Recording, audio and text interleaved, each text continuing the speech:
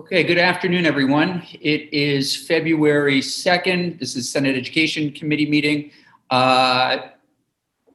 Colleagues, just to give you an overview of the week ahead, we need to start to focus a little bit more on some of the key things that we hope to get out before crossover, even though we have plenty of time still.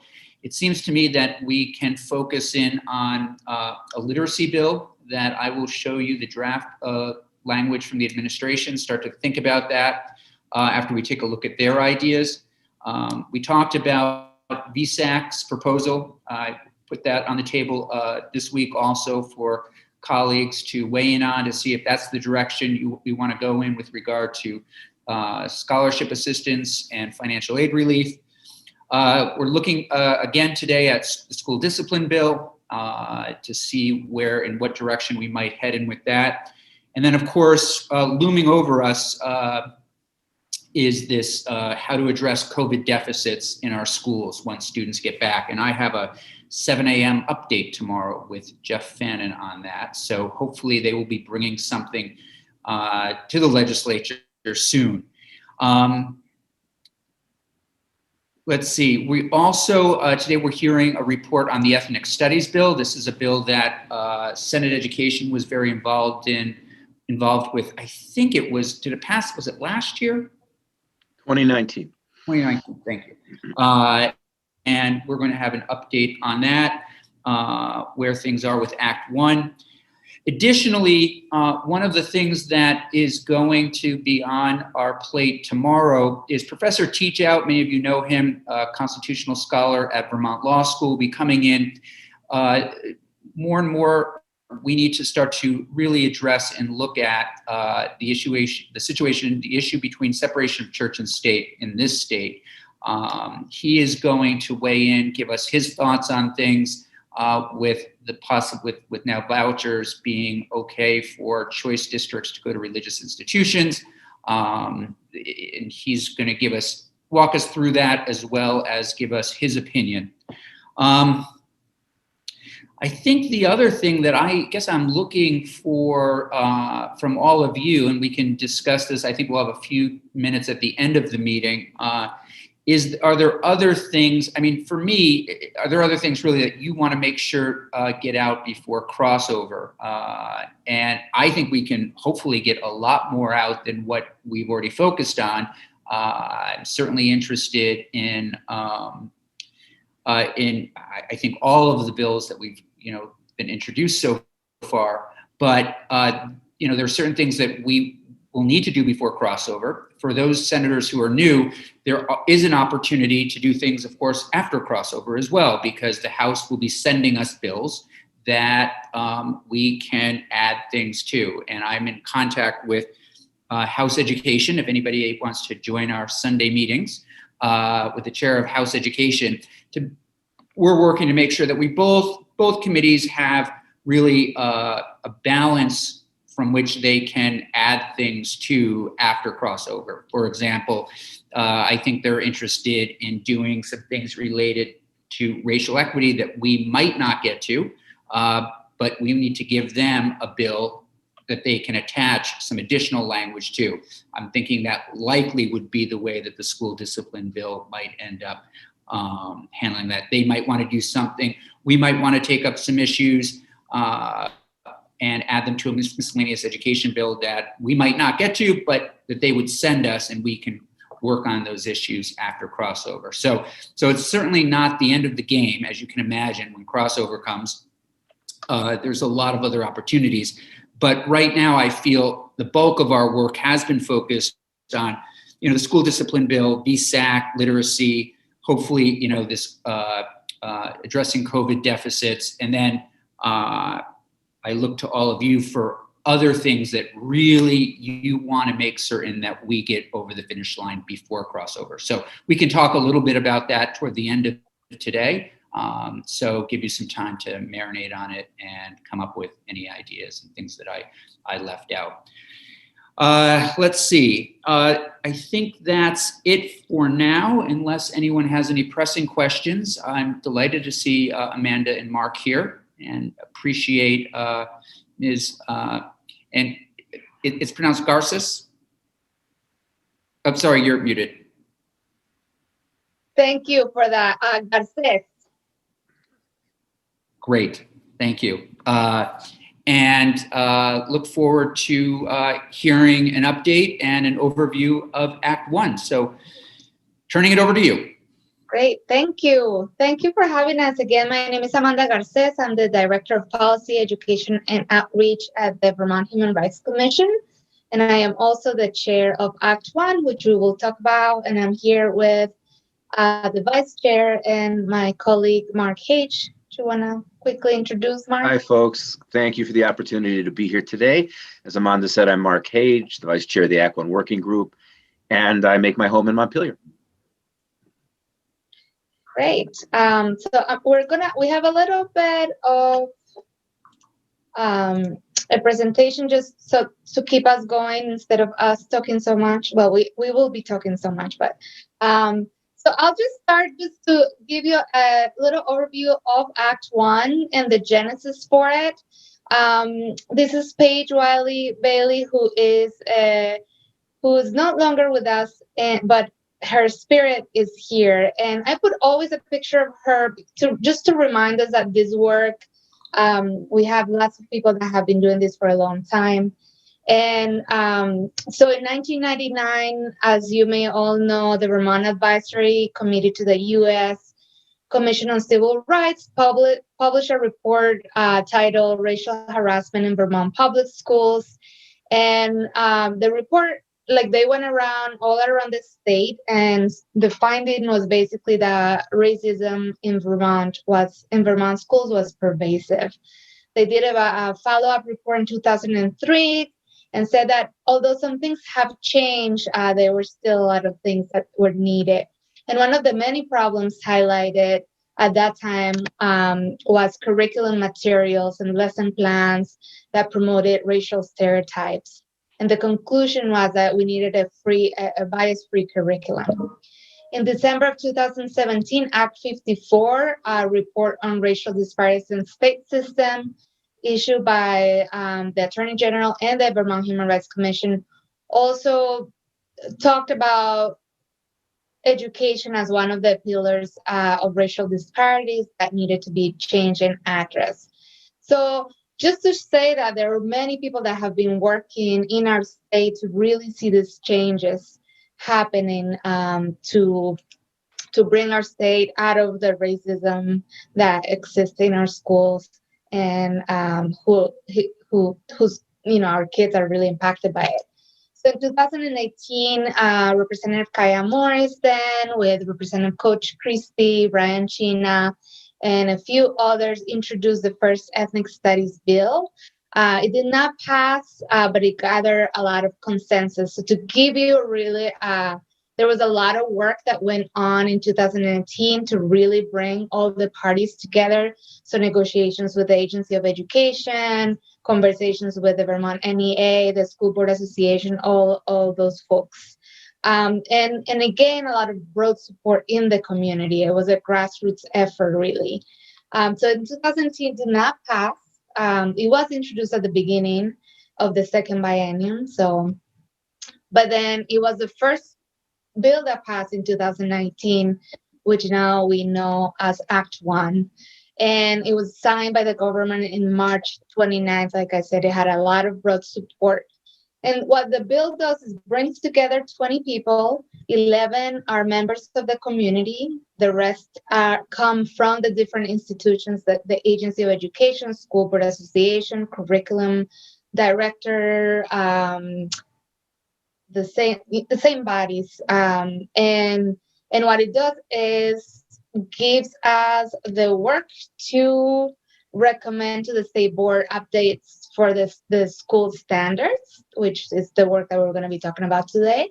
And it also lets us look at statutes, state board rules, school districts, and supervisory union policies that concern impact standards for student performance and curriculum use in school. So that's broad. It's our big task for the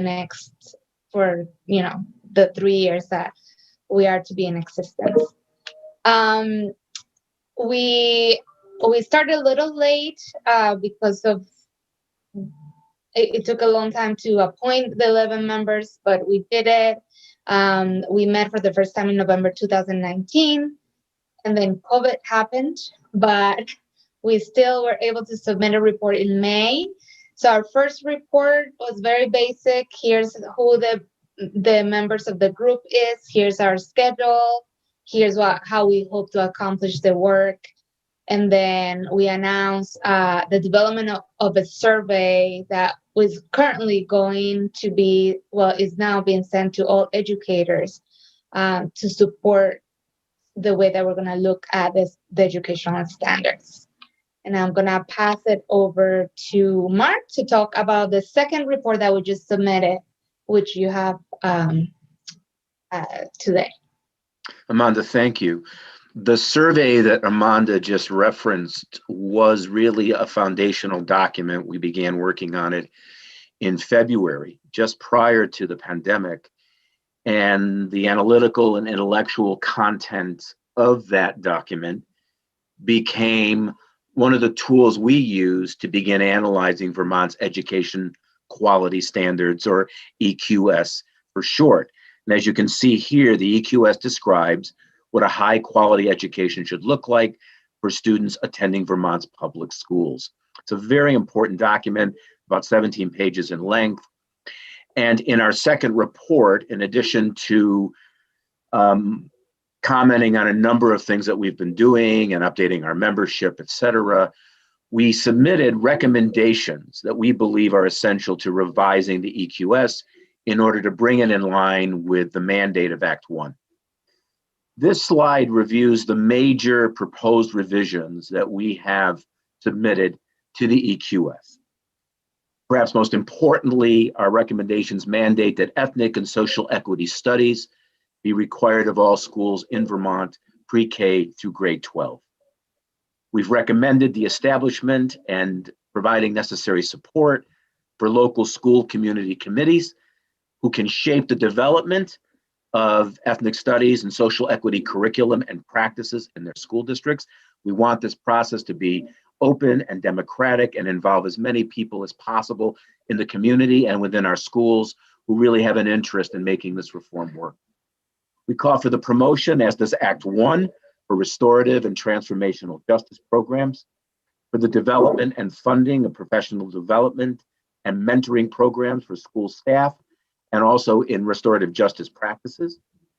We've called for broadening prohibited bias and discriminatory treatment to include the categories of ethnicity, caste, socioeconomic status, non-citizenship status, language and linguistic abilities. And we've also called for much closer, detailed integration of career and vocational training with ethnic and social equity studies pedagogy.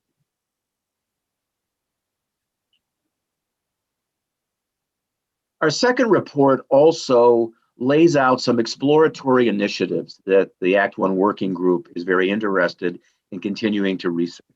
So for example, we are interested in looking at establishing licensure and fieldwork requirements for future educators, pre-K through grade 12, in ethnic and social equity studies.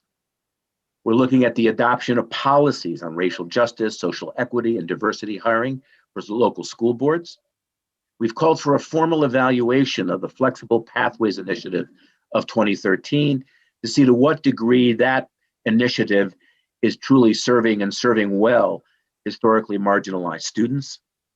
And we are exploring a professional development collaborative with the College of Ethnic Studies at San Francisco State University. A very interesting, and for Amanda and I, a very inspiring dialogue is now underway with professors and researchers and teachers at that college. This is the oldest ethnic studies program in the United States. It's been in existence for 50 years. It offers 350 courses annually to students in ethnic and social equity studies. It has some of the finest thinkers and researchers in the field, and they've expressed a real interest in exploring with us how they can collaborate and help us achieve our mission under Act 1, and also how they may be able to help local school districts and school personnel and local communities.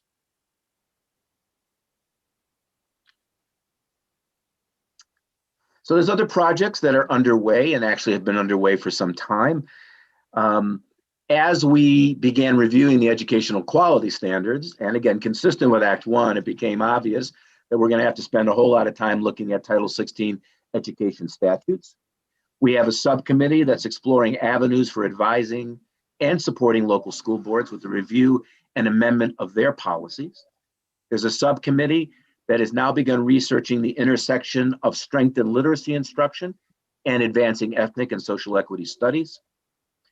As Amanda already noted, we are going to be distributing our educational standards survey to educators and school staff, students, and community members.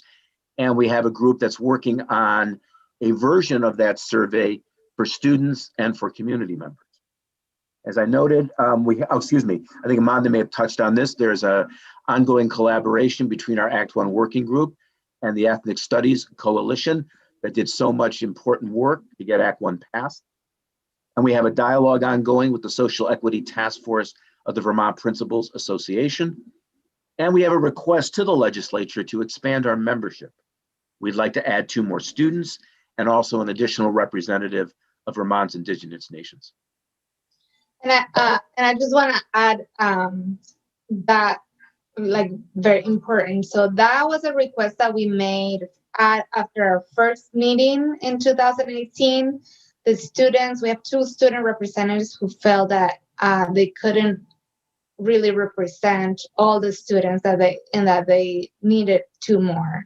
And the same for the indigenous representative, we only have 1 that represents the Abenaki community, and it was a consensus. It was made in that first meeting in December, and we were trying at the beginning of last year, but then COVID happened, and that kind of derailed any conversations around anything non-COVID related.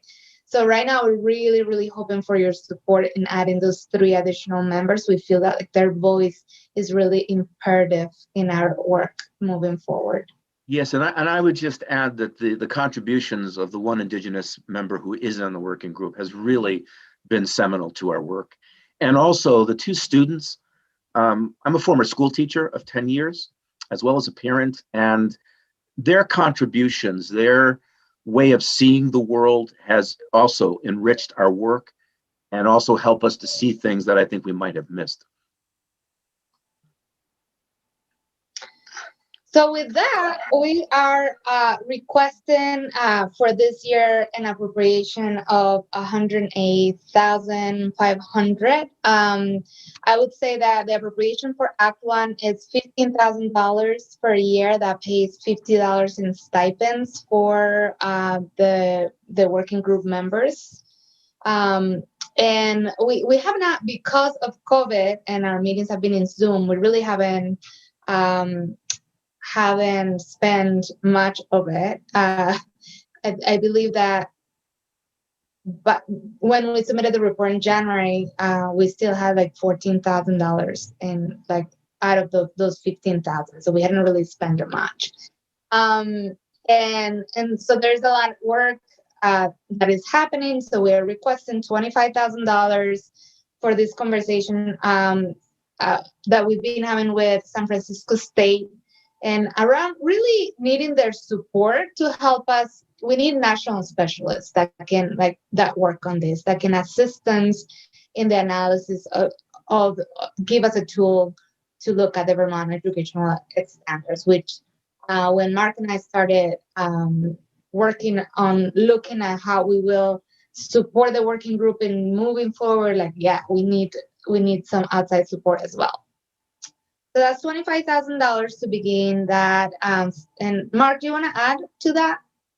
No, I think you did a great job. Thanks. $71,500 to subsidize 1/2 of the cost of 30 Vermont educators recruited by the working group and the Vermont Coalition for Ethnic and Social Equity Studies, who just to be transparent, I'm also a member of, but for transparency, but that is the body that appointed the 11 members in the working group through an application process that happened. But this is really, to move this work, we're really looking at Act 1 as how do we support the teachers that are already doing this work? There's many, many, many that are already doing this work. And there's many that are in the midst of learning how to do this work in their schools, in their school districts. And we want to be able to support that so that this doesn't become just another report, but that we can actually show tangible things that can be happen in our way of writing a recommendation. So it's like the work needs to be, at the same time, like walking the talk, right? Walking the talk. Let's not just do another report. Let's do at the same time. Let's walk and talk. So then $10,000 to hire an expert. And a lot of the work, I mentioned this last time, bringing community members that are not like, don't, that it's hard to read the statutes, it's hard to read all these reports. And we do have some of our members who come from the disability rights communities who have rightly so advocating to make some of the documents that we share and some of the things that we talk about more accessible. That is not an expertise that I have or that Mark has. That kind of requires a lot of time, and we want to support that. And by us having someone that can support in making our documents accessible, we're also allowing community members to be part of our process, which is the whole goal of it. So a small token of $10,000 to hire someone to support us in making our language, our concepts, our regulations accessible. And then $2,000 to fund the technology costs and to reimburse the additional working groups once we have the extra 3. And so it's like $1,500, but it's only $500 to support. Right now, I'm paying out of pocket the SurveyMonkey monthly fee. The HRC is covering all the Zoom things that we do. So it's just kind of like to support that work. Anything you want to add, Mark? I would just say that in respect to the 30 Vermont educators, we hope to recruit and bring into this ethnic social equity studies collaborative with San Francisco State University. One of the things that's been really gratifying about the work that Amanda and I have been doing together with the Act One Working Group is not only to discover that there are educators and community members who are very passionate about this work already and doing it. That didn't surprise us, but there's been a significant number of educators who have become much more interested in our work. And there's clearly, I think, a critical mass of those folks who want to start sooner than later. And our hope is that this is a way to bring them in, give them the support they need, and not only to transform their classroom practice and to help their colleagues, but potentially to become trainers and to become members of regional pedagogical networks in Vermont, where they can begin to seed this work and help other educators advance it as well. So these folks are not only doing the work in their classroom with additional support that San Francisco State and perhaps others can provide, but we see them as being in the vanguard of providing training and support to other educators in the future. Thank you, Mark. And one thing I want to just quickly, this part on the researching the intersection of striking literacy, and I noticed that you guys will be looking at literacy this week or so. So the Act One Working Group currently has a committee chaired by our colleague Infinite Co-Closure, and they're starting to examine how that is, because there is a literacy piece in the education quality standards. And we know that there's this disparate when it comes to BIPOC students. I haven't actually seen the numbers, but he has seen them. And so they're creating, they have this subcommittee that are going to be looking into how to bring this work. So I just wanted to let you know that. And that's it. That's our presentation. Great. Committee, we have some time before Mr. Diaz joins us. Questions, comments? Senator Perchler. Thank you for the presentation. Amanda, what are you guys thinking is the vehicle? Do you have other vehicles for this? or are you just now kind of presenting it to different committees and hoping the legislators take it from there? Yes, so we are kind of trying to figure out what the vehicle is. And I did reach out to, we just started last week because I know that the House had the deadline of Friday for bills. So we were hoping that Representative China and Representative Coach, who were both part of the introduction of the House side. And I want to thank you, Senator Perchin, because I know that you were really important in our bill last year and also were part of the introduction. So thank you for that. So that we're hoping to just kind of like create the vehicles last week. I'm like, can you just put a bill so that we know? But right now, I'm not even sure if it went through. Like, I need to check with them. But yes, currently we don't have a vehicle. So any vehicle, I'm hitchhiking. Senator Perchin, you might, I mean, I could see a number of different vehicles for this. Of course, the House is going to send us a budget. And so we could wait and see what the House does in terms of funding and things like that. But I think for policy issues, I believe the House would like us to move something to them so that they can either continue our work or add things to it. I would say feel free to draft a standalone bill. The other possibility would be, and we're going to have hopefully about an hour and a half discussion tomorrow on these bills that we are all working on, one of which being S16. And I wonder if there's a way to incorporate some of these things into S16 and start to build a larger bill and a conversation around these issues. And then Amanda and Mark, they could add to it as it goes along, in the House, in Committee of Conference, but it might be one way to get some of these things, unless you're looking for it all to go in one bill all at the same time. I'm looking to you, Amanda. Yeah, I mean, I think,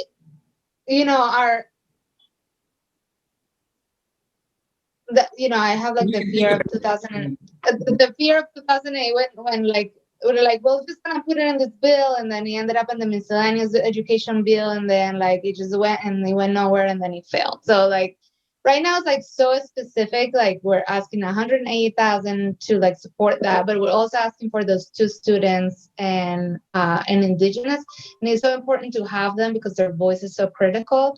So I'm not, I would love to see a standalone bill that can like move really fast.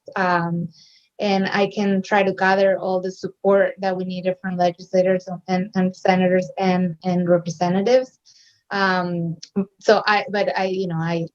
kind of like my feeling, but that's just like my fear of like adding it to something that might not go anywhere and then go back. I think that's a good, and maybe Senator Perchlik wants to put together a bill and find sponsors, because I think we would have the time to get something to the House before crossover on this. I mean, a lot of this stuff has been vetted. We've talked to a number of different people. I think most of our colleagues are cognizant of the situation and the work that's been done in the past. So if Senator Perchlik wants to take the lead on that, that would be great.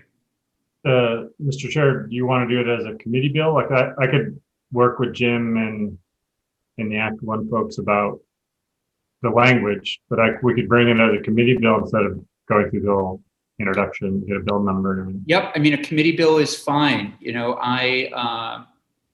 Whichever way you would prefer, honestly. I think there's time for both. And I like to give people credit. So if you want to take the lead and get sponsors, please feel free to do that. If you want to do a committee bill, that's fine as well. Whatever works for you. Okay.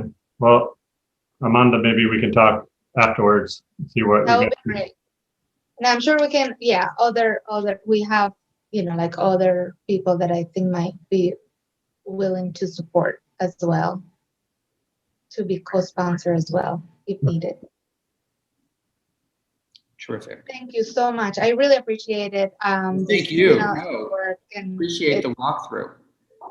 in the information. I think one of the things that might come up in Senate appropriations is, and you addressed it a little bit with us, is why San Diego State? You know, in those circumstances, I don't know. It sounds like it's a perfect institution to do this work, and they seem to be steeped in this kind of research. But sometimes you need to put out, you know, bids and things, RFPs, that kind of thing. I don't know if that'll have to happen, but I see Senator Lyons may have. Do you want to say something? No, I put my hand up for a question. I'm okay. just waiting. So that's just a heads up, but we'll see. Yes, and I would say, you know, not only San Francisco is the oldest in the country that has an ethnic studies department, but the people that we're working with are very renowned nationally, internationally. One of them has been part of the ethnic studies bill that happened in California statewide, like, and then the other one, you know, they're both just like really amazing, national, international. They're both educators, so they're not just like some PhD people that are like really in the classrooms. They understand all the dynamics. So I think that's what Mark and I were just like really excited about, Sure. their level of comprehension of the whole system itself. Yeah, there are also individuals who not only teach themselves, but they work with schools and they work with faculty and community. And that was a really important element in our work. Senator Lyons. Thank you. This has been really very informative. And so I have a question of clarification. So when Act 1 was passed, then, and folks on the Education Committee will have to help me here, the working group now becomes is this a permanent working group that goes on over time, or is it a time-limited group? It's a time-limited group. It's 3 years. Our last report is 22. But, you know, there's always extensions that we can add and things. And I think that, yes. But it is a 3 year.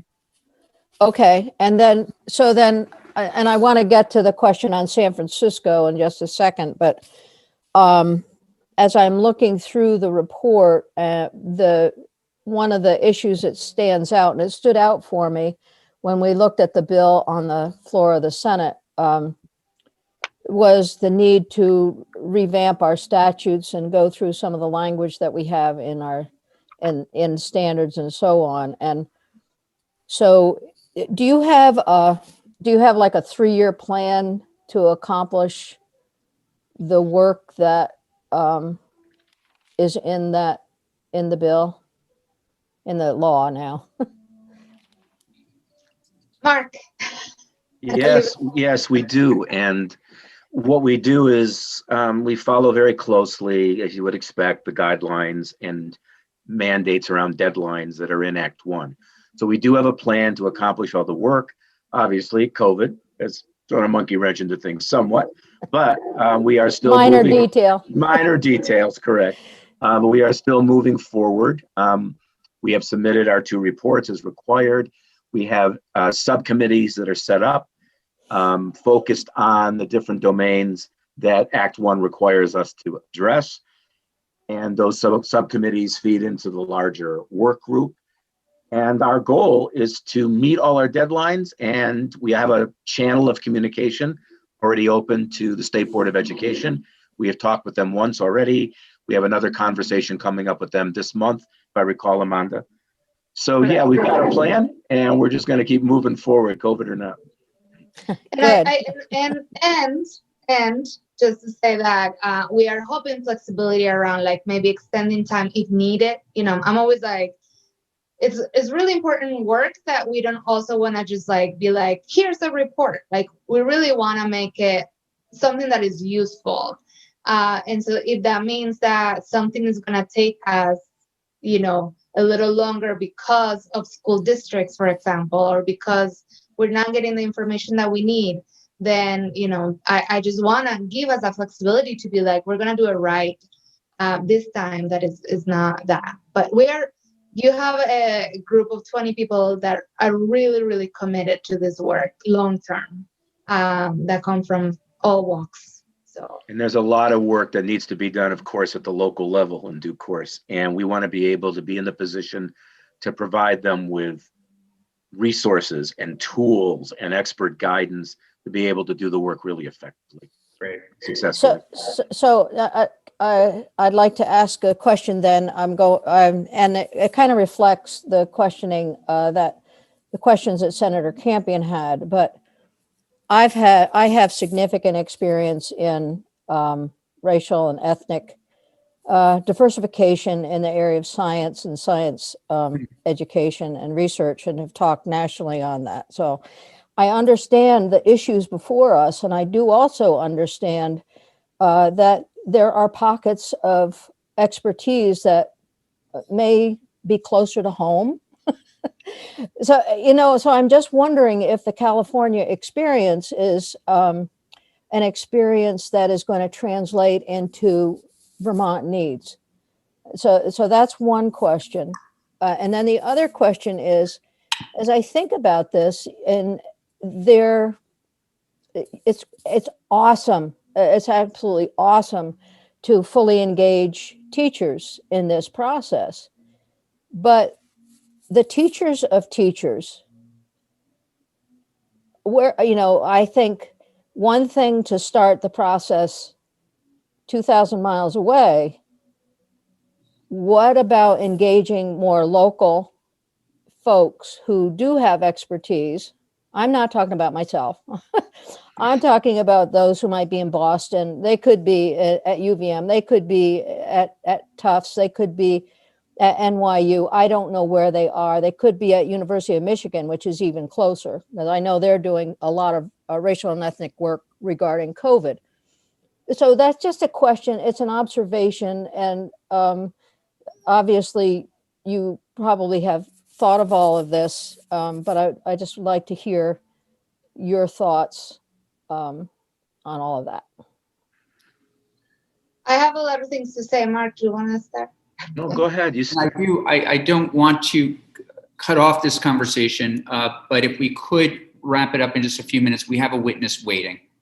Sure. Yeah, I'll just be brief, and Mark, you can add that we do understand. I think it's the conceptual piece of this beginning conversation with San Francisco State of how do we tackle the standards right now, and coming from somebody that really has been doing this work of what we're trying to see long term. Like the vision is like it's not ethnic studies within itself, is that it's also that intersectionality between the disability rights movement, the LGBTIQA community. How do, like, that is a program that they has shown that really has been successful at integrating all those things. So although I agree, like the questioning, and that's something that we think about all the time. I think about, like, how does that relate to the Vermont context? I think there are some expertise that they can give that is very different from other parts of the country. And I just add that, I'm sorry. There's so many great people in Vermont, and like. Yeah, no, there's a lot of great people out there. And our next report to the legislature is due in June of this year. And we have to be able to report at that time on our work on the standards. And the individuals we're talking to at San Francisco State, they have that expertise. They're very familiar with the Common Core, for example. They've done research and writing on it. And I think we can hit the ground running with them and be able to meet that deadline in June. Right. And I'll just know, sorry to interrupt, just know that I think Senator Lyons' question is one that is going to continue to come up throughout your work here. I think it's a good one. I think raises an important question. And so for now, we're going to have to leave it there. Mr. Hage and Ms. Garces, thank you so much for joining us. Thank you very much. I know that Senator Perslick will be in touch with regard to how to move this forward. Great. Thank you so much. Thank you. Thank you. Muchas Take care, gracias. Gracias a ustedes. Mr. Diaz, Hello. how are you? I'm doing well. How are you, Senator Campion? Good. It's great to see you. Appreciate you Likewise. taking the time to be with us. S16 is not new to you. You and Senator Sears and several of us for a long time have been looking at this kind of work, and I know that you were either the key author or one of the authors of Kicked Out, which we all have now in our online and can take a look at it as you're talking. But we would love to get your thoughts on S16 as it's currently drafted. And a couple of things I should mention that have come up in committee discussions, just for you to sort of think about as you're talking. I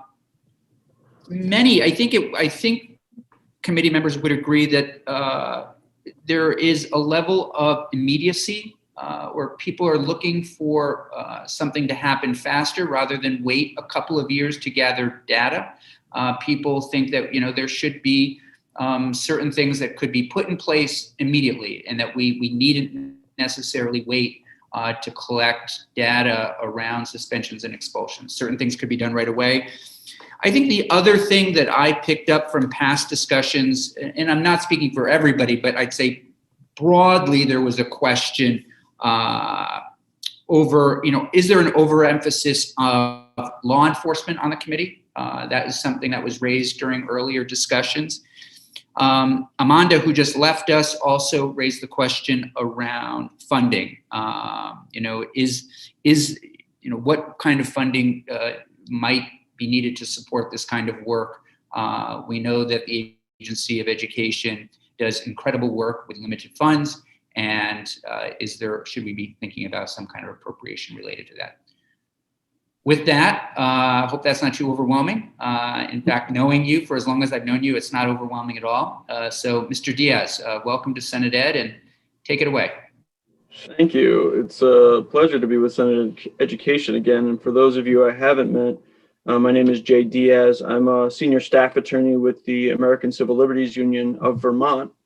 In my previous job about 5 years ago, I was a staff attorney with Vermont Legal Aid's Disability Law Project and was also the Vermont Poverty Law Fellow. That's a Vermont Bar funded position.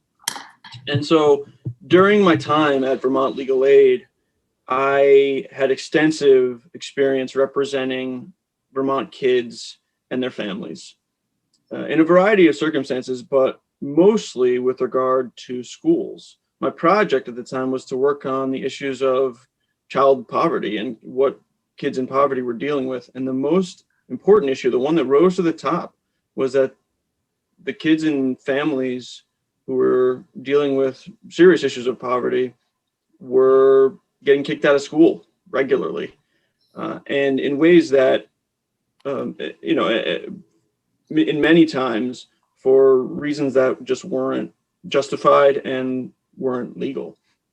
And so with the help of an attorney, we were able to get a lot of kids back in school or make sure that they had effective alternative services for while they had to be out of school.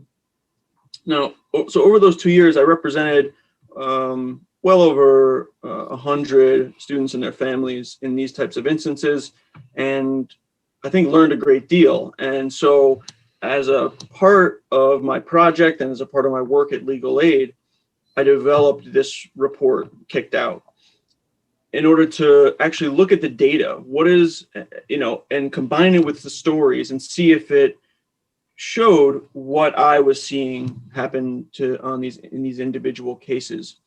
And sad to say, it did bear out. When I looked at the data across the state, this is federally reported data from each school in the country. Although sadly, I think Senator Campion, as you'll remember, Bennington's public schools did not report their data for the year that I did the study. I think that's changed. What the data showed was that we had a significant number of suspensions. So a lot of school days lost, thousands and thousands of school days lost every year for our kids. We had suspensions, and I guess and just to be clear, when I talk about suspensions, I'm talking about out of school suspensions. Suspensions of, where kids are told either they can't come to school or have to leave for the rest of the day.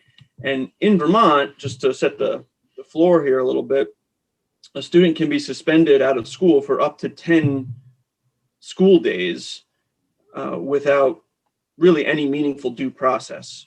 And so there's really a very little chance to challenge that kind of a decision. And 10 school days for a kid is a lot of time. I think any of you who have had kids in school will know that it's not just a lot of time for the kid, but it's a lot of time for the parents. So I'll go through some of the particular effects, but I just kind of wanted to set the stage a little bit about who I am and what I saw. I did a lot of, I could tell you instances of cases, a lot of them are in the report. So if you go through it, you can see some of the examples of cases that we took on. So when we talk about reforming school discipline, whenever I talked about that early on, most people ask why, what's the problem? And the problem is multifaceted. In the short term, it has significant negative impacts on the children who are excluded. Of course, they miss valuable education time. And as I'll go on to talk about, a lot of the kids who are excluded from school can least afford it, right? Secondly, if the kid's out of school, there's a likelihood that the parent has to be home with them, especially if they're younger. So the parent's missing work. Sometimes they lose their job over things like this. Or if that's not the case, a child may be left at home unsupervised and, perhaps more likely to get into trouble or to be hurt, frankly. Children who are on free and reduced lunch, and we have a high percentage of free and reduced lunch kids in our schools. These are schools who are at the poverty line. They're going without their meals when they're not at school. And so more kids are going hungry. And of course, when a kid is excluded from school, it's only teaching them that school is not where they belong. The school is not for them. They feel it in their hearts, and when I speak to them, they know. They're like, that place isn't for me. Those people don't like me. Kids internalize these things. And so those are some of the short-term negative impacts. There's also short-term costs to schools and their communities. When we look at data from around the country, schools with more suspensions are actually less safe and have lower achievement than schools that do fewer suspensions and have more, holistic approaches. It's a waste of resources, of course, because no matter how many students are excluded on a given day, the budget doesn't change. And then for the communities, we have unsupervised kids who may be getting into trouble or be at risk for their own safety, and then be getting involved perhaps in the juvenile justice system, which has all kinds of horrible effects long-term for those children. I'll move on to the long-term effects of exclusionary discipline. Studies have shown that when junior high and early high school students are suspended just once, they're more likely to drop out. They're more likely to end up in the juvenile justice system. And if that's the case, they're more likely to be incarcerated as adults or more likely to be in poverty as adults. And so, of course, this has long-term impacts, not just for the individual, but our whole society, our state. We have the more suspension, it means we're going to have less safe communities, less productive communities, less fiscally sound communities. We're going to have to, pay for kids to be in the juvenile justice system, which is expensive, as many of you know.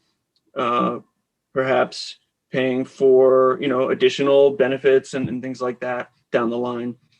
And so these are real costs. And so if we can do something to limit the amount of out of school suspension that we have, we can do a lot for our future and the future of our children. And so the major findings of the report, and they're listed in the executive summary, and each of these is given greater detail throughout the report, but I know it's a bit of a lengthy document, so I'll allow you to peruse it at your leisure. The first one, public school students were suspended more than 8,000 days in 2011, 2012. So that was the data that we had at the time, 2011, 2012. I think now we're up to the 2017, 2018 school year. But for Vermont specifically, the last data we have is from the Agency of Education, which this committee around 2015, 2016 required the agency to do, or didn't require, but asked the agency to do in a letter some data analysis. And so they did that for 2 years and then stopped doing it. So we have some data from 2016-17 school year, I believe that if you haven't reviewed, I can send you those reports. And it's, I think the numbers did come down a bit, but still thousands and thousands of school days missed over suspension, largely from, nothing involving violence or concerns about that from kids, but largely about disobedience and just being disorderly or difficult, something like that. The second finding, students with disabilities, this is students on IEPs, individualized education plans, were about 3 times more likely to be suspended than non-disabled students. Number 3, at least in the areas where we could get useful data, Black and African American students and Abenaki students were 2 or 3 times more likely to be suspended.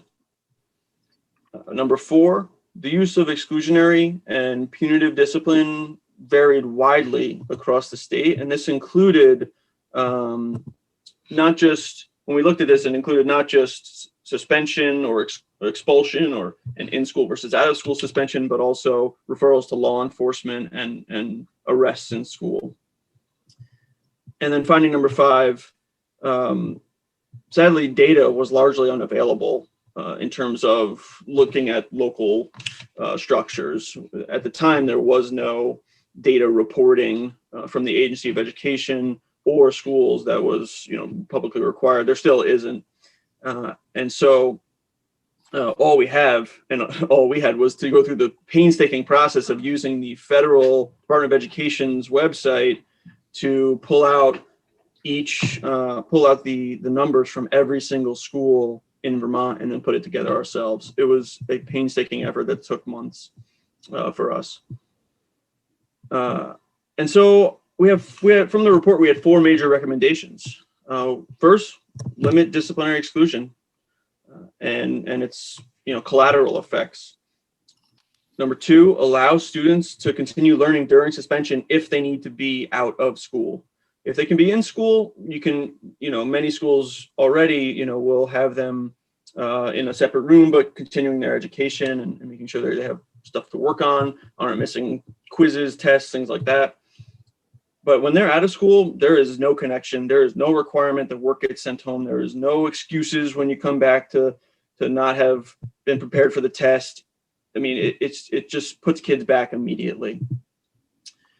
And this is something that a number of states have picked up, including Massachusetts. If a student is suspended for a certain number of days, they get alternative services guaranteed.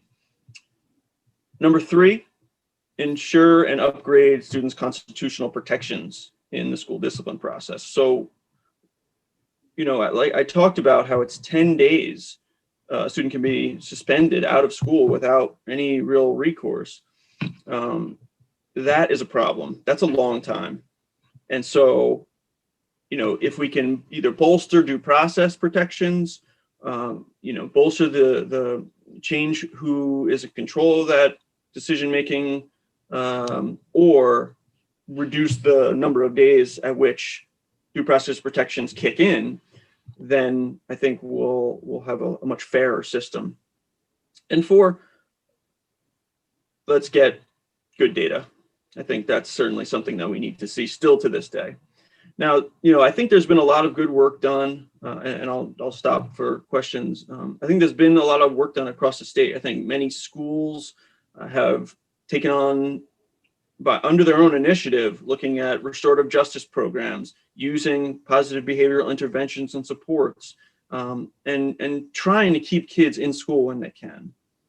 But based on the last data we have, we still saw so many kids, and I think it was about half, who were kicked out of school for very minor reasons. And I think that that is something, that's the low hanging fruit here, that I think if we cut that out, we're cutting the number in half. If it's just, you can't exclude a kid from school entirely for those minor reasons, we'll cut the number in half tomorrow if we did that. So I think there are some simple things we can do, and I'm happy to, Senator Campion, talk about more that are in the report and have been discussed before that we can do. And I'm also happy to talk about the bill. So, but I'll stop there. I've been talking for a while. Thank you, Mr. Diaz. Senator Lyons, I believe you were up first, and then Senator Terenzini, please. Jay, thank you for this. I know the report, when you brought the report out, we heard it in health and welfare, and it sometimes gets a little frustrating when we know that there are things that might help the health and welfare of kids in schools when it's not our jurisdiction, but now it's our jurisdiction. So one of the questions I have, as I'm looking at your recommendations and thinking about the problems that confront kids, and then what would really help them, a lot of what would really help them might require some parental consent or involvement. And I'm wondering if you reach down into the family dynamic as you are making recommendations and thinking about how to build relationships with between the families and the kids, because I see that as when kids act out, there's maybe something going at home that causes that. So I don't know if you have any insight into some of those issues. So for the students I represented, I'll talk about them first. Their families were struggling, no doubt. Yeah. Struggling with unemployment, struggling with disability, struggling with domestic violence in the past, struggling for sure. And that the kids brought that stuff with them to school. And I think a lot of our schools have taken on some trauma-informed training, and I think that that's important, very important, in fact.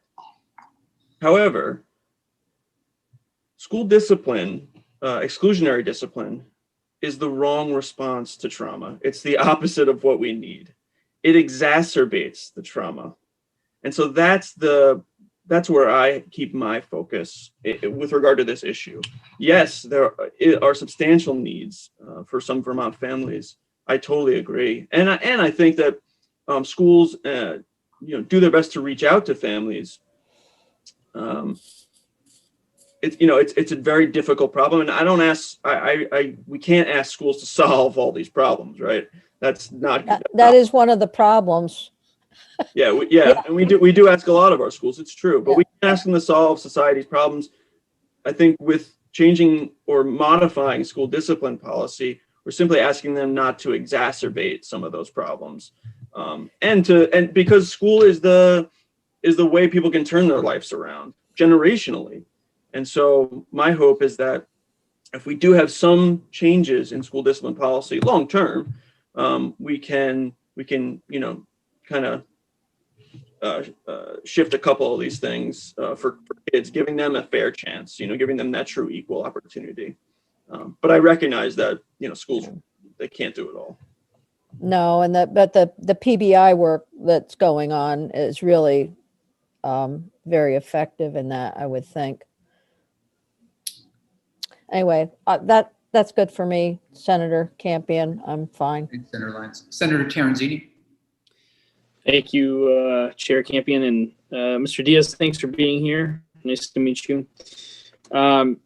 This whole concept is new to me, and as I'm thinking through it and digesting the different talking points, what are some behaviors that are just so egregious that we would still support out of school suspensions? I mean, we heard last week testimony from someone, it escapes me who it was now, but he talked about when he was a principal or a superintendent, they had a policy in the school district where if the student brought a pack of cigarettes to school and was caught, that was an automatic suspension. And I can see, for obvious reasons, that might be a little ridiculous. We don't want our kids to have cigarettes, of course, but there has to be layers of discipline, and that to me seemed to be extreme. But there has to be, in my mind, still certain behaviors, whether it's bringing a weapon to school or something of that nature, that would still constitute a out of school suspension. Do you have any input or thoughts on that? Thanks for the question. I think it's the right question to ask. When it comes to school discipline policy and changing, or addressing at a high level, at the state level, what we're gonna say you can't do, and this isn't what this bill is doing, but if we were saying something like that, where I draw the line is, students who students who scare you and who do things that are scary and cause fear in the community, there is probably good reason to exclude them from the building. Doesn't mean they should be excluded from their education entirely, which is what happens. And so we do need to address that issue. But I'll add that is the minority of situations, the gross minority of situations where suspension is used. What I like to focus on, or what I think first we need to focus on at least, is just the kids who make us mad. The kids who are causing us a problem, but aren't making us worried, are just making us mad, and and that are ruining the plan for the day or something like that. In kind of being oppositional or just having a tough day, and not doing what we tell them, being disobedient. That's the kind of thing that seems to be the majority of the problems that result in out of school suspension. And that, I think, is something that if teachers and student and administrators are trained well enough, and if they have the resources to support those kids, then they don't need to be out of the building. Does that answer the question? It does. And can I ask a follow-up, Chair? Please. Thank you. What are, just for my own knowledge and maybe the committees, what are, you say these issues, the violence and weapons stuff, those are not a high percentage of suspensions. Can you give me more specific, like the number one reason right now to get suspended is because you're like a class clown or you're not listening, or what's the? Yeah, well, the last that the Agency of Education supplied data, which I think is, a few years old now, but they did it for 2 years in a row and the data didn't change over those 2 years at least. They have a matrix, and I'll make sure these documents are sent to the committee. And it goes through the main justifications for suspension, and about 50% of all suspensions across the state, both years, were for, disorderly behavior. So, that's just disobedience and not following low-level rules. Thank you. Senator Chittenden and then Senator Perschler. Mine's more of a comment than a question, but you're happy to I welcome a reaction. I definitely agree with the thrust of your report, which is that expelling these students is one of the worst things we can do for them, and that finding other supports. My pause is similar to where Senator Lyons' lines of question was, is I'm not necessarily persuaded by the data presented that the best thing to do is to continue educating them in these severe incidents. Educating, of course, is great, but I'm wondering what other interventions we might focus on within a structured environment like the school, but to just neglect the core reasons for why they're acting out, so to speak, and instead just carrying on and pushing them through the education program, I think neglects one of the core reasons why they're having an issue in the first place. So I am new to state government, but I'm intrigued, and I'm going to follow up with my representative, Ann Pugh, who's the chair of the House and Health and Human Services, to understand how more state supports and structures can intertwine with our schooling systems so that they can get more directed and targeted and adapted assistance rather than just expelling them and throwing them out into the woods and the wild. So I don't know if that makes any sense what I'm saying. I'm concerned with just forcing them to stay on their educational tract and neglecting whatever caused them to be considered for expulsion in the first place isn't addressing the core issue that's resulting in that behavior. And just to respond quickly, nothing I said was intended to say otherwise. I couldn't agree more. Kids need wraparound services, especially in these situations. And I think schools do reach out. Schools that have social workers and counselors use them.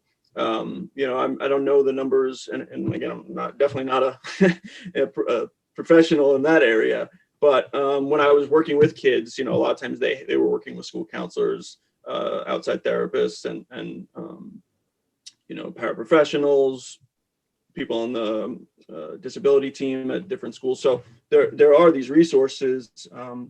It's just in my experience, at least, for the kids, for kids that needed it, it wasn't always provided, and it wasn't always. And especially when they were suspended because they weren't at school anymore. For students with disabilities, on IEPs, there are some more requirements, legal requirements that I think come into play. But for students that will get them those services, for students who are not on those plans, it more rarely happens, sadly. Senator Hooker, please. I'm sorry, Senator Persley, and Senator Hooker. Thank you, Mr. Chairman. Thank you, Mr. Diaz, for the report, first of all, but also for going through it. So one comment is that since I'm on the after-school task force, learning of all the benefits of these out-of-school programs or extended learning opportunities, and how a lot of the marginalized students, that's where they get some of that extra help. And then, so I assume when they're suspended, they're also suspended from all those other after-school programs, which is something we should think about. And I don't know if that came up at all in your research, but my question is, have you looked at S16, and do you have any comments specifically on that?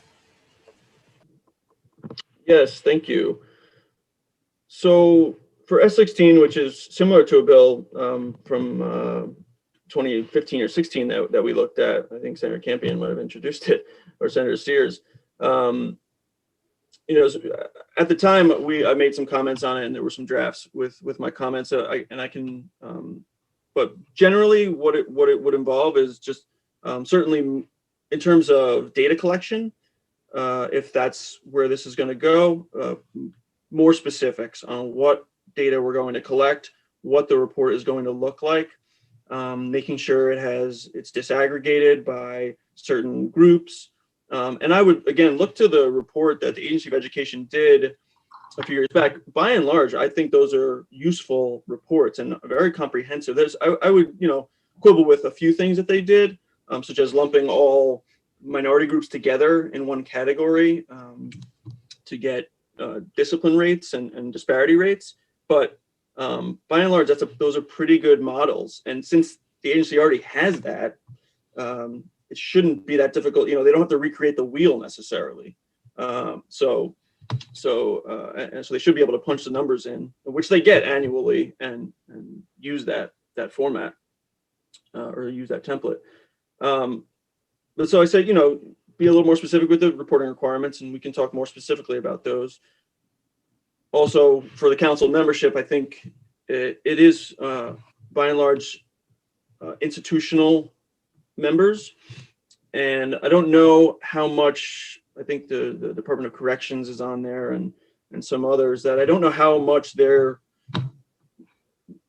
if their knowledge or is going to be as useful here. And I think it really could use some of the members of the disability community, the disability advocacy community, parents of students with disabilities, as well as parents and students who have been students who have been suspended, parents of those students, and of course we need representation of the traditionally impacted students and parents, students of color, and students from low-income families. So I think if we can broaden the perspective of the council, I think it will get a much more comprehensive and practical output from it. If I may, just one thing that you mentioned in terms of, lumping, if you will, all minorities into one category. I do believe we did hear from someone a couple of weeks ago that there was a concern around confidentiality. In other words, if there was, all of a sudden you're now saying one African-American student, and you can somehow easily hone in on who that one student was if it's a particular school or particular district. And that was one of the reasons why it was expanded. Yeah, I sympathize. I know that I know FERPA is pretty tight in some regards, and it's complicated also. The thing is, I guess the problem is that you're getting a very incomplete picture, and maybe a misleading picture, because for whatever it's worth, for instance, Asian American students or Asian students are typically suspended at much lower rates than white students. And so if you include Asian students with, Black students, you're getting a lower rate or a lower disparity rate than you might otherwise get. Does that make sense? It's just something to think about. It is tricky. I recognize that. Senator Hooker, please. My questions were answered. They really had to do with, whether or not the council was necessary. If not, how would we collect this data? And I think most of my questions have been addressed. I do see, if the council is implemented, that there may be a need to include other players as far as, parents and more students, but how large does that get? And then another question, I don't know, probably for the Agency of Education, why was the data collection stopped? Why isn't this just an ongoing thing within the Department of Education? Thank you for those questions. I think quickly I can say to the second question, it was voluntary from the agency. I mean, this committee sent a letter, asked them to produce the data so that the committee could make further findings. And the agency did so for 2 years, and then there was no obligation and no further requests. So I think, but I do think it is, there are a lot of annual data requirements and reporting requirements of the agency. My hope would be that since they already have this set up, that it actually wouldn't be a huge lift for them to do on an annual basis, and it would be very useful, and not just for advocates or for the agency, but for schools and school boards, like to really know, and get more interested in what is happening at our school, and so that local communities can think about this and actually and have the information at their fingertips a little bit. So hopefully that's possible. And I think that'll also, of course, with the data, it gives us all a lot more knowledge about, how big is the problem? What are the levers that we need to pull in order to address different parts of the problem? And as a follow-up, if I may, I'm anxious to see the numbers even from the last report from the agency, and perhaps to know again from the agency what they think caused the reduction in numbers as from your original report. Great. So committee, please correct me if I'm misreading the room. It sounds like there's momentum to do something on this. I think people recognize that there is a pipeline here. We talk about nipping things early, and we recognize that these kinds of issues can be with a child for their entire life. There's no question about it. It can spark something that, as Mr. Diaz and others have said to us, can spark something that can really last a lifetime. You get behind, you're out for 10 days, you get behind in math, and that could in some instances, you're just not catching up, and you're failing math, and then you're in a different kind of math. And it's a complicated thing that we're trying to hopefully prevent happening. And I think, speaking for myself, it is such a, not having been suspended nor expelled, but having been punished as a kid by, I remember throwing a pile of leaves over an elementary school teacher, and being put on the wall, as was Terenzini. I see that look. I know you're surprised that I would ever do anything wrong. But you can see if I had been suspended for 5 or 6 days, you get behind, these things can bubble. And I think for a lot of us, we don't realize how grave of a situation it is when something like this happens for a child, and that it really can spark a problem that could last a lifetime. So for me, it sounds like, we'll work in some ways around the working group itself. Looks like it needs help. It looks like we need to hear from the agency again. Senator Lyons? I really didn't want to stop your flow, but so you finish. I did have one more. I did have another comment or question to ask. Sure. No, I think it's just, you look at, we're going to be hearing from the disability community. We're going to be we've heard from, have testimony from the BIPOC community. We know, I think Senators Rahm and Sears put this in with an eye. I don't want to speak for both of them. I know Senator Sears was in here, but an eye toward, that this can end up, these students, there is a school to prison, suspension, expulsion to prison pipeline that we want to address. So I think how I want to leave it, and then we'll hear from Senator Lyons, is please, as we're making our way through this in the next couple of days, if people have people they want to still hear from, again, we're going to work tomorrow afternoon from about 3:30 to 5, and part of our time tomorrow afternoon with Jim Demarais hopefully will be really looking at this and pulling this apart and trying to decide what direction we're going to go in. But it sounds to me that there is interest in working on this issue. And okay, good. Senator Lyons. No, yes, I think there is a lot of interest in working on this issue.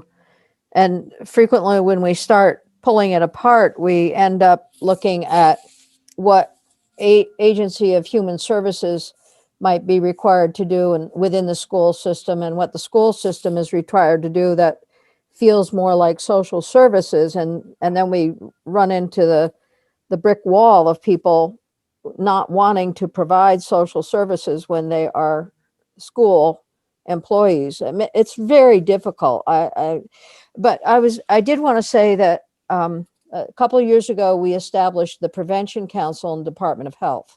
Mm-hmm. And part of that work is just what it sounds like. It's to build a culture of prevention. And we also have a new chief prevention officer in the Agency of Administration, which also has the goal of breaking down silos and building new systems and new culture. So I think there's a real opportunity here at the very, at the state level, at the ground floor level. I just think it's way past time to do the work that we're doing.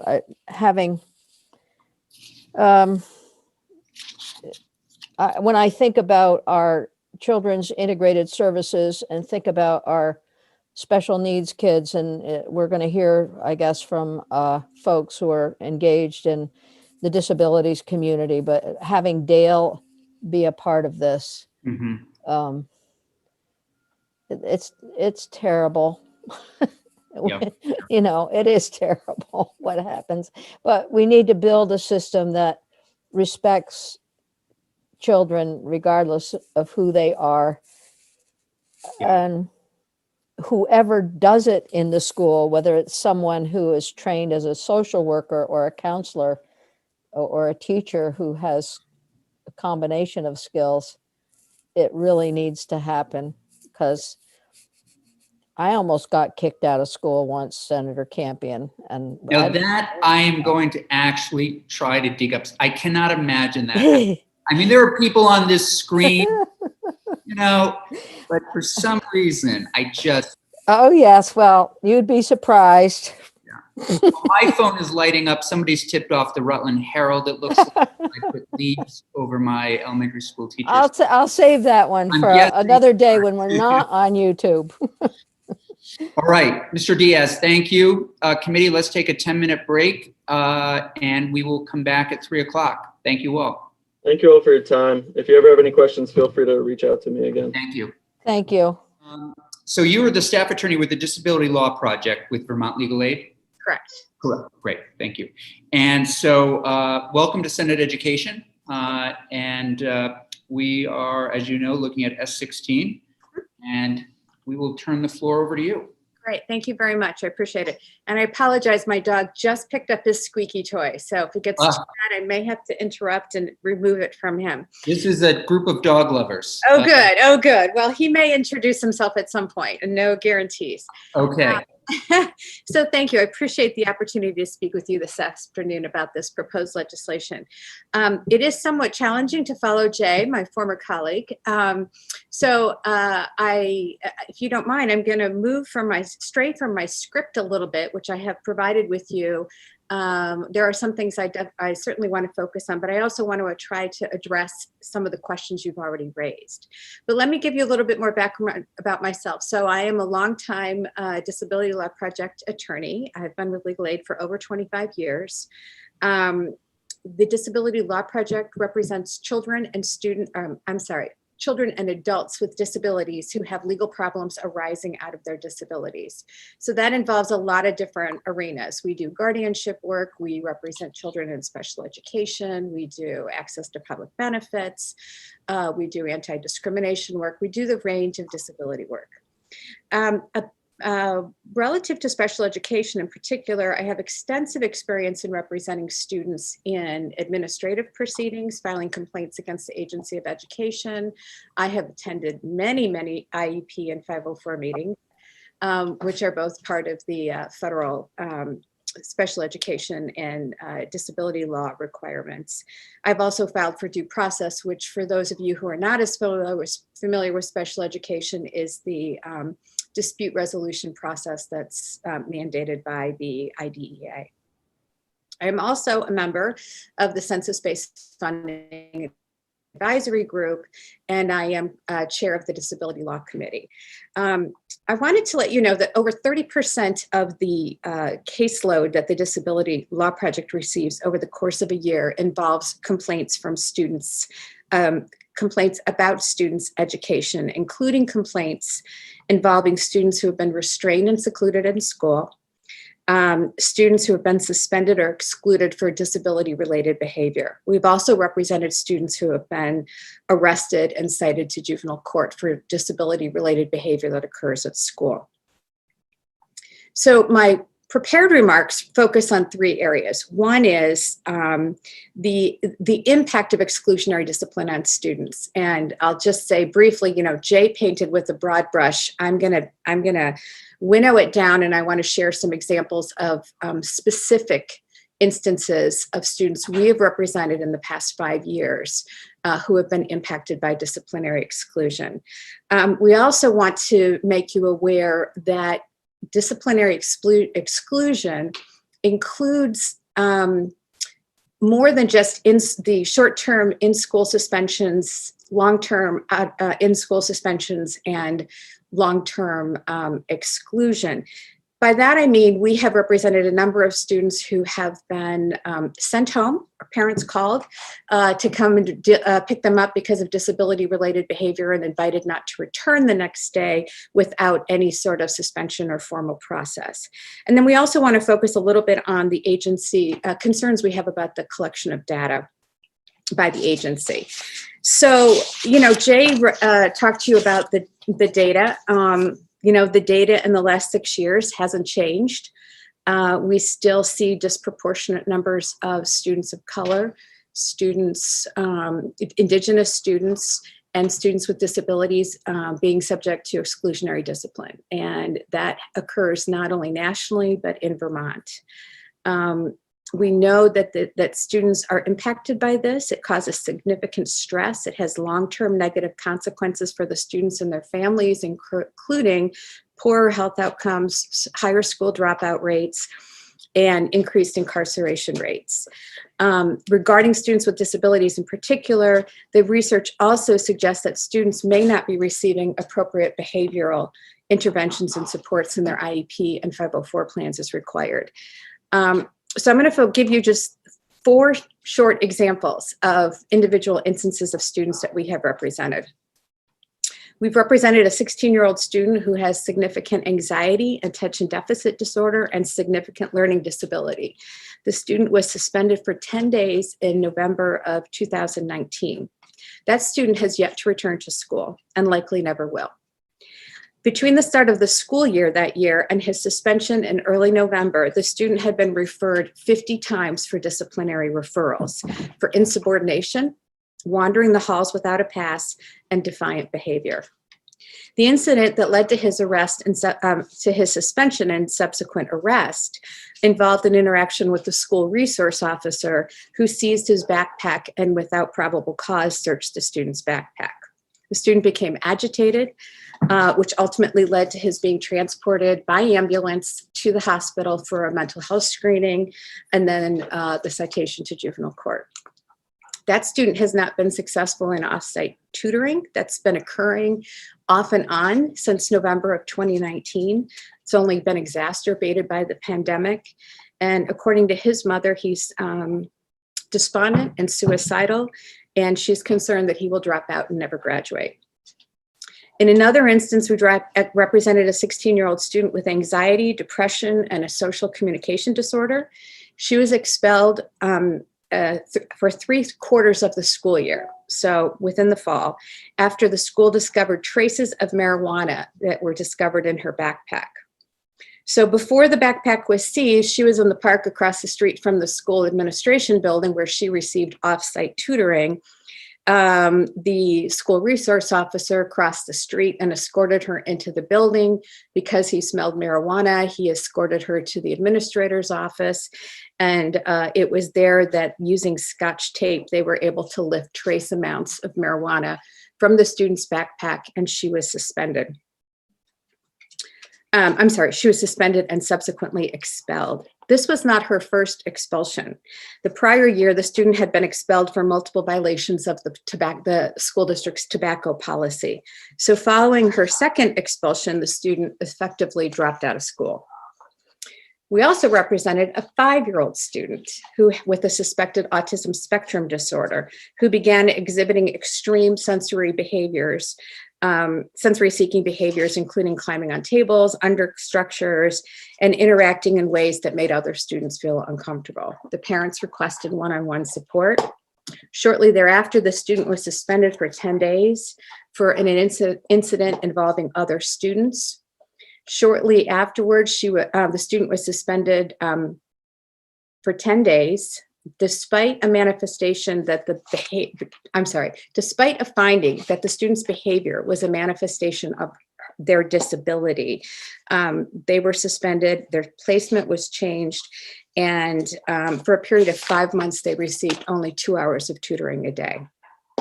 Following a comprehensive evaluation, the student was diagnosed with severe attention deficit disorder. One last example, involves a 10-year-old with post-traumatic stress disorder who, prior to the end of a school year, was placed in a prone restraint that restricted the student's breathing. Prone restraints are prohibited by the State Board of Education's Rule 4500. There are narrow exceptions to the use of prone restraints under that rule relative to the size and severity of the student's behavior and when other restraint has failed. The student's treating psychiatrist worked with the student throughout the summer and determined that this had exacerbated the student's prior existing trauma. The student was able to return to the school with minimal problems until after the school break. When he returned from the school break in winter, his one-on-one aid was absent, a substitute was provided. The substitute who was provided was someone with whom the student had already had known problems. There was an incident where the student escalated, his behavior escalated. He was once again placed in a prone restraint. Later the next week, the same substitute was again assigned to this student.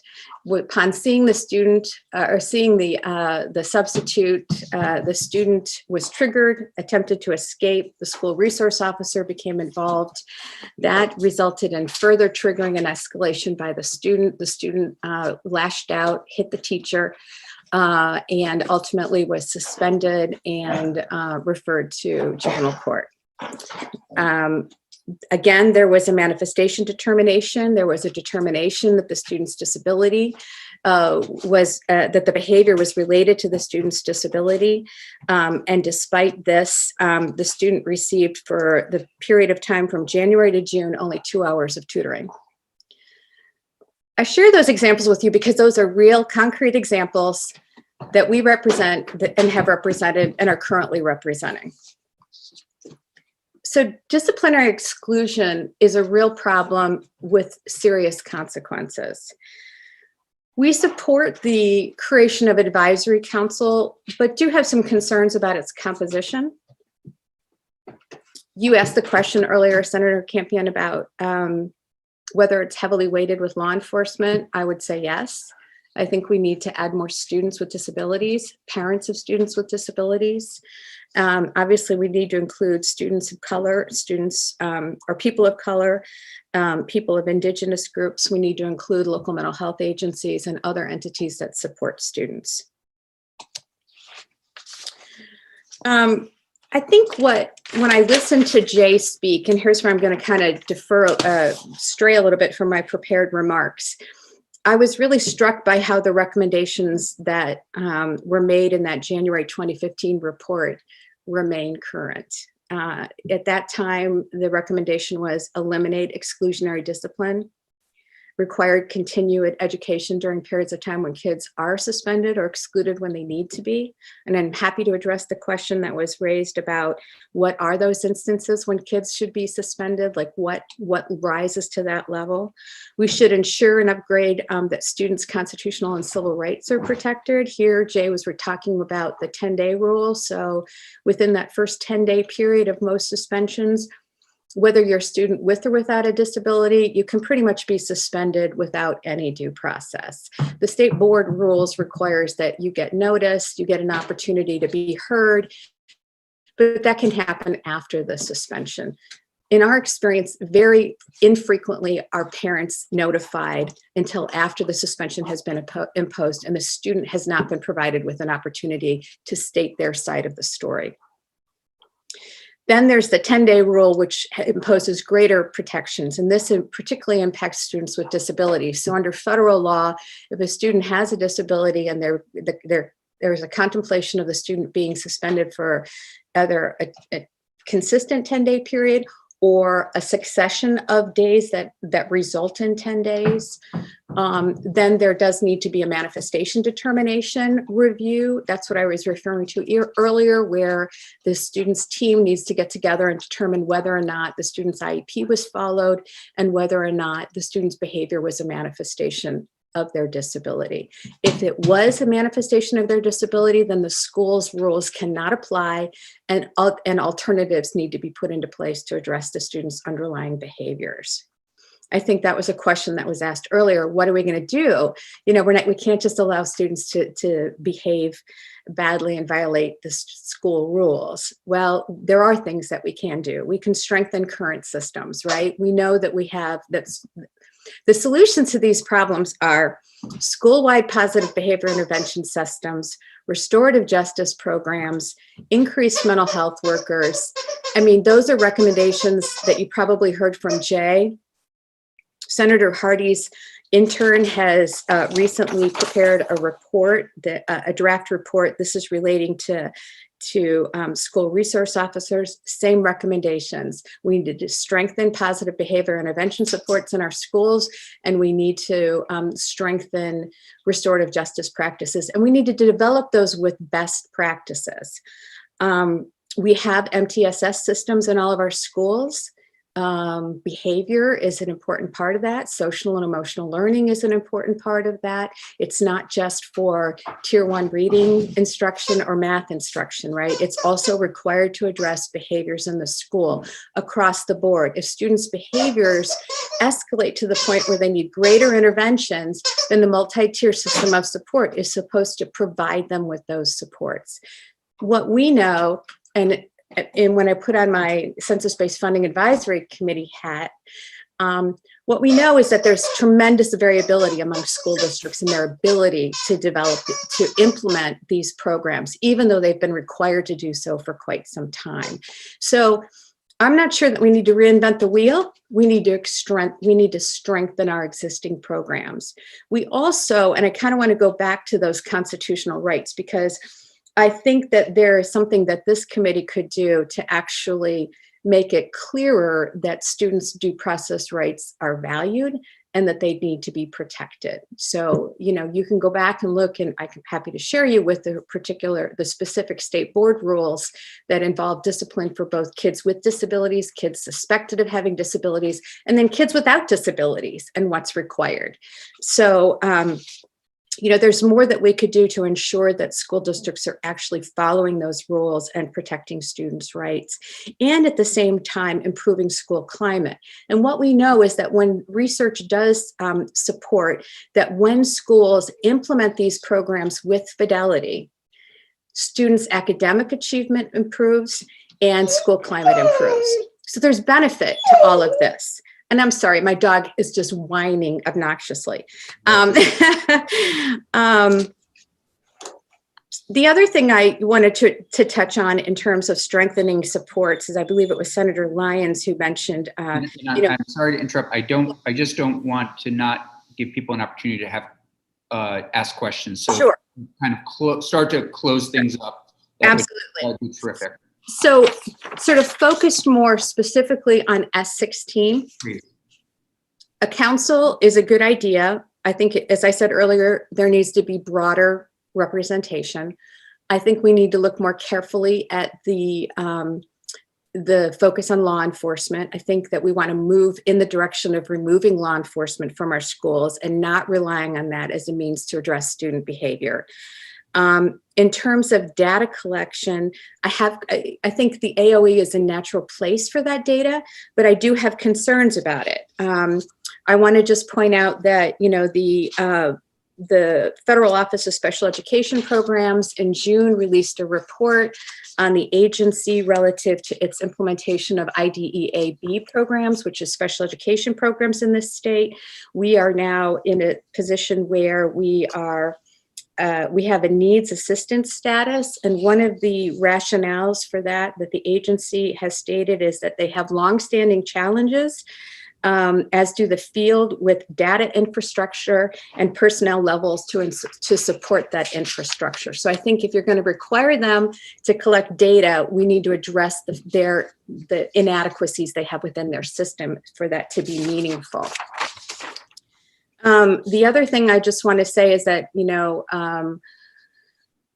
it needs to be transparent. The agency needs to be transparent about the data that it's collecting. We do have concerns about the $35 million of CARE Act funding that were allocated to Vermont elementary and secondary schools.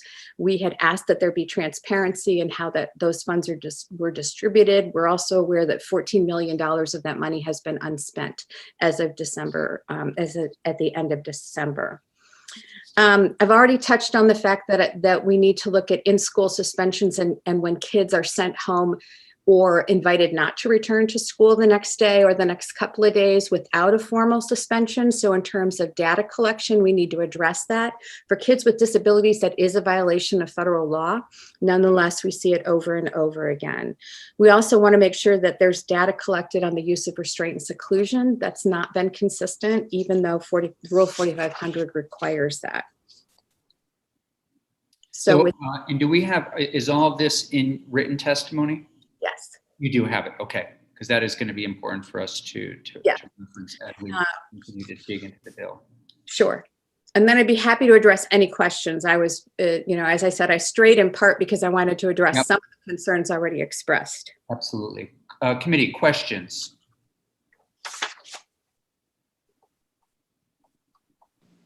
Senator Terenzini? Thank you, Senator Campion, and thank you to our witness. Question in regards to school resource officers. Mhm. I hear from some that, they feel police shouldn't be in the school. And then I couldn't think of a better person to have in a school when a serious incident went down when you need a police officer. Why not have it both ways? Have law enforcement, but give them additional training to deal with some of these social and emotional behaviors that we're concerned about that lead to suspensions, as what we're talking about, rather than us just saying, well, we want to get away from police in the school because, as we know, we've had mass shootings across the country, and we know that police have in many cases stepped in and stopped it from getting much worse. So I would just like your opinion on that, or feedback, if it's okay with our chair, Campion. Yeah, sure, absolutely. I mean, I don't know if that bill, and Jeannie would know if that is in our committee at this point. I know Senator Sears and I received an email. It might be in judiciary, but I know it is something that Senator Hardy is interested in, and we might as well take a moment and get an answer to that. Okay, well, I can give you tons of data and information and resources about that. So prior to this new Senate Education Committee coming into being, I did send a letter to the Senate Education Committee. I know there's a new set of faces here that I'd be happy to share with you. I sent it in the summer relative to this issue about why police should not be in schools. There's a lot of data about the harm that school resource officers cause. But if I could, I just want to keep us focused. Senator Terenzini's questions, why not do the both? Why not allow the person to be there and put him or her into additional training so that it might work out? Research doesn't prove that statement. That's a hypothesis that is not borne out by research. That in fact, school resource officers, there is no correlation between the presence of law enforcement and the protection of students, even during mass events. And so I'm happy to share more data and information about that. I've outlined it in a letter. And if you would like to have me come back and testify on that, I'd be more than happy to address those questions more specifically. Yeah, no, I think it would be great to have you back if we end up taking up that bill. But in the meantime, if you would share that research specifically with the committee, if you would email it to Senator Terenzini and the rest of us, including our, Certainly. that would be great. For our committee assistant, great. Any other questions? Yes, please, Senator Hooker. Thank you. Senator Campion, at the beginning of the afternoon, you expressed a concern that we want to do something, but we don't want it to take 2 years or whatever. And so I would ask Ms. Mahusky about how you feel about the implementation of a council and how long it would take to set up such a thing. What can we do in the interim to help address these issues? And another question I had regarding, and I guess I should probably be asking the agency again, what's happened with those recommendations that were given in the 2015 report and the 2017 report? In terms of the agency's reports, I don't know the answer to those questions in terms of the data that they collected. I'm not even sure I've ever seen that data. So I don't know the answer to that. I'm happy to look at it and explore that further. In terms of what can we do now, I really think we have to move quickly on prohibiting exclusionary discipline. I think that if there is going to be a council created, the council needs to be empowered to act, to change the policies, practices, and procedures in school districts to prohibit exclusionary discipline, except in the rarest of circumstances. And to the point about what are those rare circumstances, we already have a state law that allows reasonable and necessary force to quell a disturbance, to obtain possession of weapons or other dangerous objects for the purpose of self-defense or the protection of persons or property. Those instances where a student would properly be suspended or expelled would be when they're bringing a weapon to school, or when their behavior is such that it causes significant threat of harm to themselves or another person. Okay, thank you. Thank you for coming in. You're welcome. And we'll stay in touch. Senator Lyons? What kind of dog do you have? I have a standard poodle who's still a puppy. Okay. He's still a puppy, so he can be quite obnoxious. Now he's asleep on the floor, wouldn't you know it? You're lucky. Sounds adorable. He is very cute. Thank you. Thank you very much. Okay, thank you. All right, we are now going to hear from our final witness, Ms. Aronoff. Hi, good to see you. Good to see you. Nice to see some new faces on the Senate Education Committee. Some of you know me and some of you don't, so I'll just introduce myself for the record. Perfect. I'm Susan Aronoff, and I work for the Vermont Developmental Disabilities Council. We are a federally funded council. Every state and territory has one. We're a creature of federal law, and we exist to provide the voice of people with disabilities and their family members, to try to provide access to that voice to the government, and so that people who receive services can impact the services that they receive. So I'm going to be sharing my time with Krista Yajian, who is one of our council members. So you have a written statement from me. I'll just go over the high points and then turn it over to Krista Yajian. Terrific. Thanks So both. first of all, thank you so much, Mr. Chair and committee members, for taking up this very important issue and for spending the time on it that you're spending. The issue of exclusionary discipline in general, restraint and seclusion in particular, is of huge importance to students with disabilities and their family members. As you heard from Jay and from Marilyn, the data nationally and the data in Vermont indicates that students with disabilities are excluded at far higher rates, and this can have tremendous impacts. And then it also, as Marilyn Mahusky pointed out, implicates civil rights laws and federal education laws. But aside from the legal impacts, what I think Krista is going to be able to talk with you about better than I ever could, is the family impact and how exclusionary discipline impacts children with disabilities and their family members. And I would encourage you to take more testimony from students who have been excluded and their family members. So just to address some of the points that the committee has asked about and that I do address in the written statement, we're not so sure that a commission is necessary. We do think action is necessary, and we have a couple of specific actions we would like to recommend. So first and foremost, we think that the Agency of Education and that Vermont should really move in the direction to measurably reduce the amount of exclusionary discipline. And when I say measurably reduce, I think it's really important to know when you have a report like kicked out from 2015, now in 2021, are we better off? Are we worse off? How would we know?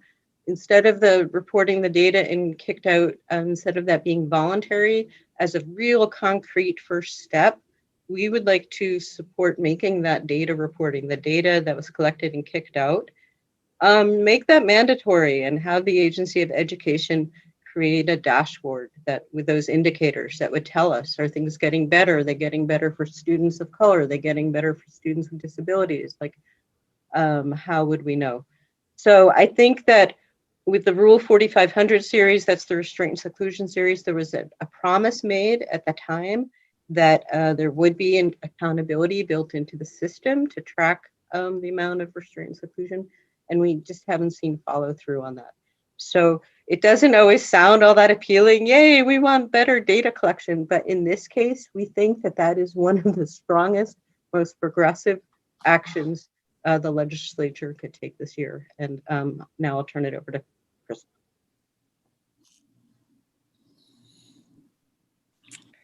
Hello there. Thank you, Chair Campion and the members of the Senate Education Committee. My name is Christy Agjen, and I wanted to speak about this proposal for a school discipline advisory council. I live in Guilford, Vermont. I am a licensed special educator and reading specialist who has worked with elementary education age students for over 15 years. As part of my work, I have participated in many school initiatives and committees. I've been a standing EST, that's the Education Support Team member, an active school leadership team member, and a school leader as part of our district's work to improve our MTSS systems, which you all have been speaking a lot about this year. To note, I am also a trained CPI, a CPI teacher, which CPI stands for Crisis Prevention Institute. I'm trained to respond to students who are in crisis. I am also parent to a curious, outdoor-loving, and Batman Lego expert preteen named Nate, who has Down syndrome. He turns 13 this July and reminds me of this every single day. In addition, I have been a member of the Vermont Developmental Disability Council for the past 2 years, and I'm a new panel member for the State Special Education Advisory Panel. Although I am involved or associated with several of the stakeholder groups that may share testimony, I share my perspectives based on my lived experiences. The nature of Nate's disability and how it manifests itself in his body requires many supports in order for him to learn and participate in school. He wears glasses, he has a cochlear hearing aid, he wears braces for joints that pop out, and uses an augmentative communication device to help him express his thinking. Nate is a child who has so much to say and talks all day, but he is rarely understood. He has shared how frustrating this is for him. 2 years ago, he had his hip reconstructed at Boston Children's Hospital, and this winter we learned that he has severe sleep apnea. This kid's got a lot going on. Despite some of the challenges gifted to him by having an extra chromosome, his desire to learn, to be a part of a community, and to be independent remind me of all that he deserves in his education and in school. During his third grade year, Nate was placed into an intensive needs program by the school district and moved to a new school. It was really heartbreaking for us because we wanted him to be included in his homeschool and in the general education classroom. He was labeled as a student with behavioral challenges, which most likely were a result of his disability. Within 2 months of being at the new school, Nate had not come home with one Grovey. And this is the little, of the way that the school would honor with positive behaviors students that were doing the right thing, but a request to have a safety plan in place that would allow the school to call us and send Nate home on days when he had challenging behaviors. The document we were asked to sign stated that if he were sent home, it would be considered a school suspension. I refused to sign the document, but know that didn't keep the school from sending him home. He was sent home many, many days. This meant that me or my husband would have to leave work and pick up Nate. Nate learned that school was bad, that school was hard, and that he didn't belong. And eventually, he outright refused to go to school. When we did get him in school, Nate was taken often to the school's quiet room. There are lots of names for these kinds of rooms in our schools. The calm down room, I think there's all sorts of names. To note, Nate never had access to a guidance counselor, just the members of his IEP team, which did not include access to a guidance counselor, which I never really knew why. The school threatened restraint, saying it would help him, and we responded by having a doctor write a note so that he couldn't be restrained. Trust was lost with the school, and everything became a power struggle. I remember being criticized as a parent for not wanting to use food as an incentive, a commonly used strategy in their ABA, applied behavior analysis approaches. I had a doctor write another note. It was exhausting. The message of their zero tolerance approach was that compliance was the goal, and it is compliance that leads to learning. As Nate's mom, I experienced many untrained teachers and inconsistent paras, and a school system not really prepared to work and teach him. As I think about my son approaching middle school and high school, I can tell you that having a school resource officer would do nothing to help him participate any better. Know that it's pretty heartbreaking to have your child be called unsafe. I was willing to work with the district if they made a commitment to learning how to teach him. And Nate, I mean, he had no consistent paras or trained paras most of the time. Our experience, which is really heartbreaking for me because I feel like I'm such a committed educator, was to take him out of public education, to take him out of school, because we didn't want to live another day of the power struggle or the conflicts we were having with the school and having him be sent home.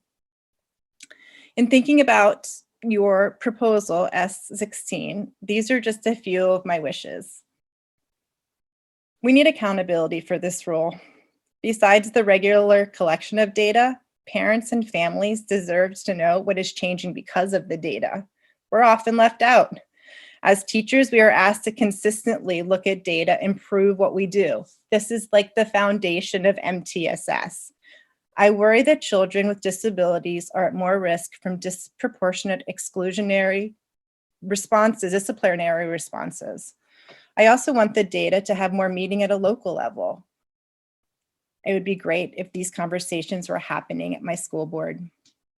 Speaking of data, know that just looking at data related to suspensions, expulsions, and restraints do not tell the whole story. Look at what we experienced. It would be really important that if you do form an advisory council, that you include those most impacted by the rule. Last, I think there's another opportunity for improved family and school partnerships. Statute may require parent participation in the improvement of plans that schools create, but it feels like parent participation is representative and not authentic, and often doesn't have representation from parents of children with disabilities. With the cloak of confidentiality, parents who have children with disabilities don't have access to one another or a real forum to address or talk about what's happening with the school. We can only talk about it at our individual IEP team meeting levels. We don't get to be a voice in the policies that are implemented for our children. There is a silo that separates us from many of the conversations that happen because special education is still seen as a different system. I still wonder about how a CPAC, a special education parent advisory committee, would help improve partnerships between schools and families and also elevate parent and family voice.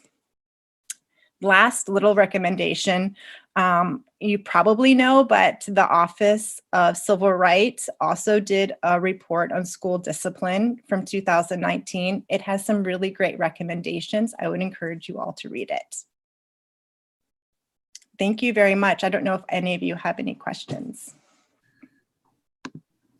Thank you, Ms. Yaglin. Questions, committee? Senator Persley. Yeah, thanks for that testimony and personal experience. Just your last point there, the Office of Civil Rights, is that the commission or who? It's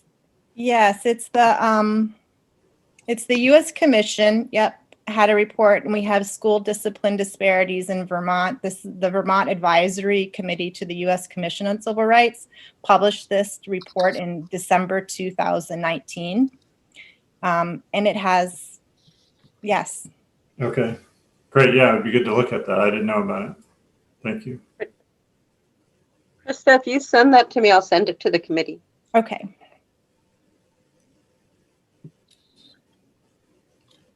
Very helpful. Grateful for you sharing your personal experiences. The committee, as you may have heard, I'm not sure if you're on the line, but is certainly committed to advancing something this year. We're going to be spending some time tomorrow afternoon, for lack of a better expression, pulling the bill apart a little bit, seeing where different senators land on different issues, and seeing if we can start to build some consensus, as well as make a list of additional witnesses from which we should hear. So thank you both. Thank you so much. Taking the time. It means a lot to us, and stay in touch.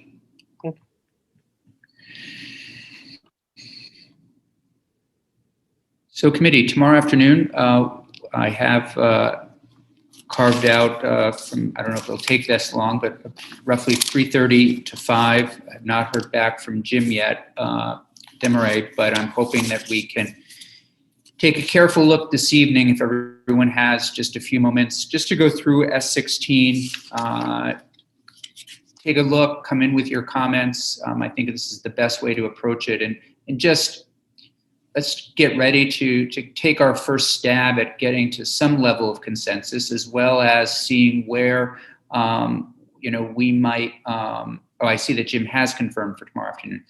Also, additional witnesses, people that you would like to hear from. So again, we're going to work on S16. So if everyone could just, you haven't read the bill, please do. If you have time to read it again, and come in with your thoughts as to what you would like to do.